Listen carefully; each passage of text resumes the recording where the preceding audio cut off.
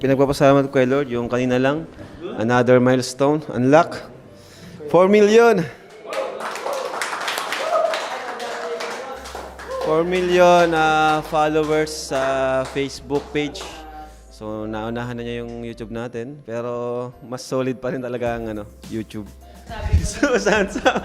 4 years ago, parang nangangarap. 4 years ago. Thank you kay Lord. Grabe. Binayaan tayo ng ganun na followers and community na yun, pinagkatiwala sa atin. So, dapat maging medyo nakaka-pressure lang din. Siyempre, at maging responsible tayo sa lahat ng ginagawa natin kasi nakikita tayo online. Kaya yun, dapat maging best example tayo bilang isang good influencer and siyempre, follower ni Christ, di ba? Kaya thank you kay Pastor AR bilang mentor natin sa ating pagdating sa spiritual life natin. Laking bagay po talaga. So, yun, isa pa yung kagaya ng pinagpapasalamat din ni David, yung pagbabasa ng Bible. Laking tulong. Yun, sa pagbabasa ko ng Bible, ang dami kong natututunan. Minsan, di ko na lang namamalayan na natatanim na siya sa isip ko.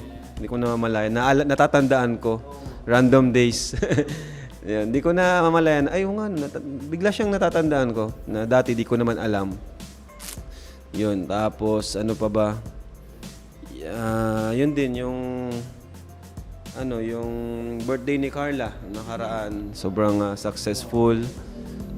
History na naman yun, nangyari doon kasi milyon yung natanggap ng isang beneficiary natin, no? 'Di ba? Isang simpleng beneficiary natin nakatanggap ng milyon sa kanyang birthday. Di ba? Saan ka makakita nun?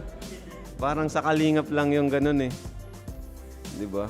Kaya nakakatuwa lang na ginamit tayo ni Lord bilang instrumento para matulungan. Di lang si Carla, marami pang iba na mga beneficiaries natin. So, yun lang naman, Pas. Ay. Nagreklamo nga si Kuya Tats, bakit daw wala siya doon. Ipalit na lang ako doon. Kuya Tats, ipalit ka na lang. Kung 1 million niya pag-bilhin. 1 million siya.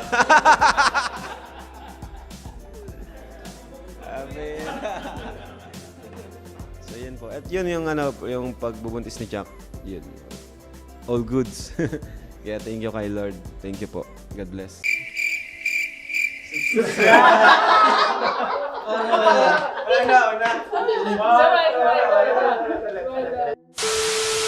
Please Subscribe!